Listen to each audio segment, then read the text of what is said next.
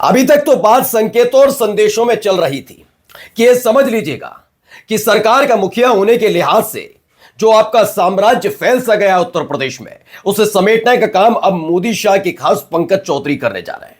उनका समर्थन करने के लिए केशव प्रसाद मौर्य तैयार बैठे हैं, क्योंकि जिस वक्त पंकज चौधरी के नाम का ऐलान हुआ, नामांकन से लेकर निर्विरोध चुने जाने तक ये तमाम जो चीजें हुई, इन सब के बीच एक तस्वीर भी निकली थी।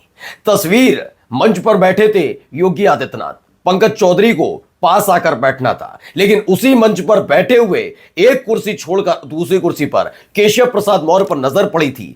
वो योगी के साथ नहीं बैठे, वो केशव प्रसाद मौर्य के साथ बैठे। लेकिन क्या जो बहुत हल्के में लिया जा रहा था वो अब असलियत सामने आने लगी है। यानी लग रहा था कि बार बार अगर योगी आदित्यनाथ को संदेश संकेत पहुंचाए जाएंगे तो बड़ी आसानी से काम हो जाएगा और 2026 के खत्म होने से पहले ही योगी आदित्यनाथ कुर्सी छोड़ देंगे या फिर बड़ी बगावत करने जा रहा है। क्योंकि इस बार जो योगी आदित्यनाथ ने किया है वो अपनी तरफ से भी ताल ठोक कर बैठे हुए हैं। दिखाने जा रहा हूं आज आपको, बीजेपी के अंदर ही बगावत बहुत ऊपर तक पहुंच गई है। नमस्कार, मैं हूं प्रज्वल गौतम और आप देख रहे हैं न्यूज सर्किल। दरअसल पंकज चौधरी बने ये सबको पता है, किसके आदेश पर बने सबको पता है, कुर्मी वोट बैंक के लिए बने या किसी को साधने के लिए और किसी पर लगाम लगाने के लिए बने, ये सबको पता है। अखिलेश यादव चूंकि दूसरी पार्टी के नेता है, राष्ट्रीय अध्यक्ष है समाजवादी पार्टी के, तो उन पर रहम बरतने के लिए तो कोई बीजेपी का नेता बनेगा नहीं, कोई जिम्मेदारी, ये फिजूल की बातें हैं। मुझे तो लगता ही है, क्योंकि आपको याद होगा, मैं तो इसको उसी बात से काट सकता हूं कि मोदी और शाह के एक फैसले को इस देश की मीडिया ने, बात समझिएगा, इस देश की मीडिया ने मोदी शाह के एक फैसले पर लीपापोती करने की बहुत कोशिश की थी। और वो फैसला था मध्य प्रदेश में शिवराज सिंह चौहान को मुख्यमंत्री न बनाकर मोहन यादव बनाना। ये कोई नहीं बता रहा था कि शिवराज सिंह चौहान जिस तरह से रिकॉर्ड स्थापित कर रहा है मुख्यमंत्री बनने का, उससे दिक्कत एक भाई साहब को हो सकती है जो एक राज्य के मुख्यमंत्री रहने के बाद प्रधानमंत्री बने, तो इतिहास खराब हो सकता है उनका। तो रिकॉर्ड ना तोड़ पाए और अपने विरोधी गुट के नेताओं को सेटल करने में लगे हुए हैं। ये क्लियर बात थी, ये कोई छिपी हुई बात नहीं है मोदी शाह की और शिवराज सिंह चौहान के बीच के संबंधों की। तब इस देश की मीडिया को यह जिम्मेदारी सौंपी गई कि मसला ऐसा मत उठवाओ, यह बताओ कि मोहन यादव को इसलिए बनाया गया है जिससे उत्तर प्रदेश के अंदर अखिलेश यादव को साध कर रखा जाए, देख कर रखा जाए, कंट्रोल में रखा जाए। हुआ क्या, मोहन यादव तो इसके हिसाब से आज मीडिया वाले नहीं बोल रहे मोहन यादव फेल हो गए, फ्लॉप नेता है, फ्लॉप मुख्यमंत्री हैं, क्योंकि जिन मोहन यादव को बनाया ही इसलिए गया था मीडिया के मुताबिक, जो उत्तर प्रदेश में अखिलेश यादव पर लगाम लगा पाएंगे, उनके यादव वोट बैंक वाला खेल कर पाएंगे। साल 2024 में तीसरी सबसे बड़ी पार्टी बन गई समाजवादी पार्टी, यानी मोहन यादव फ्लॉप नेता साबित हुए, फ्लॉप मुख्यमंत्री। क्लियर बात है ना। अब मैंने कहा ना, तब भी नहीं बनाए गए थे। ऐसा कोई नहीं है कि अखिलेश यादव को साधने रोकने के लिए बनाया जाएगा। पीडीए की आंधी चल रही है तो उसे रोकने के लिए पंकज चौधरी रोक लेंगे पीडीए की आंधी को। बड़ा गजब लॉजिक रहता है ये न्यूज चैनल वालों का। मैंने तब भी बताया था मोहन यादव को शिवराज सिंह चौहान को रोकने के लिए बनाया गया। ऐसे ही भजन लाल शर्मा को, सबको पता है, मैंने क्या सबने बताया, ज्यादातर लोगों को पता है। मीडिया वाले तो नई कहानी सुनाते हैं, पंकज चौधरी कुर्मी वोट बैंक के लिए ले आएंगे, देख लेना अभी आप। बड़ा अगर इनका माहौल ना उड़ो तो देखना। लेकिन फिलहाल पंकज चौधरी लाए क्यों गए आपको बता दिया मैंने।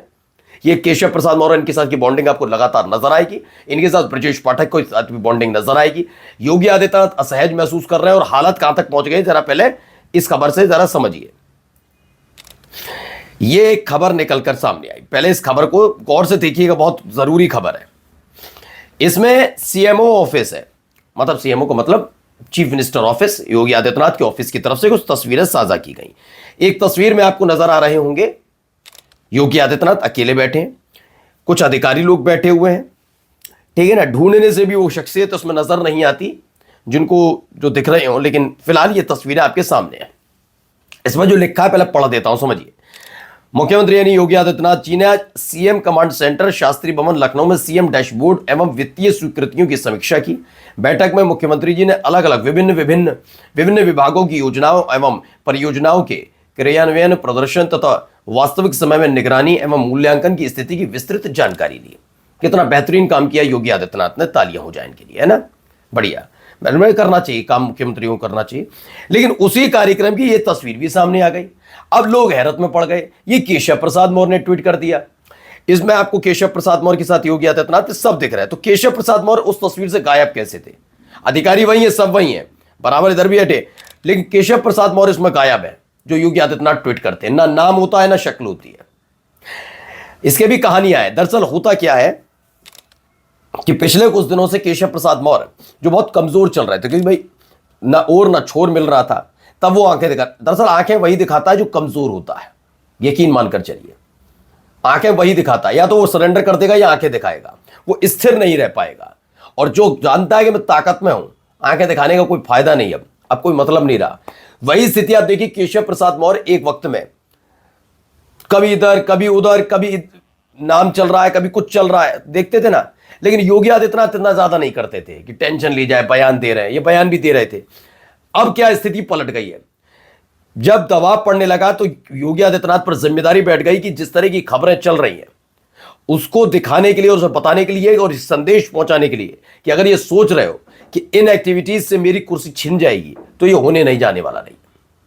पहले भी योगी आदित्यनाथ ऐसा कर चुके। अब आरएसएस उनके साथ है या नहीं है पूरी तरह से क्लियर नहीं है, लेकिन फिलहाल ये माना जाता आरएसएस ने उनके कंधे से हाथ हटा लिया है।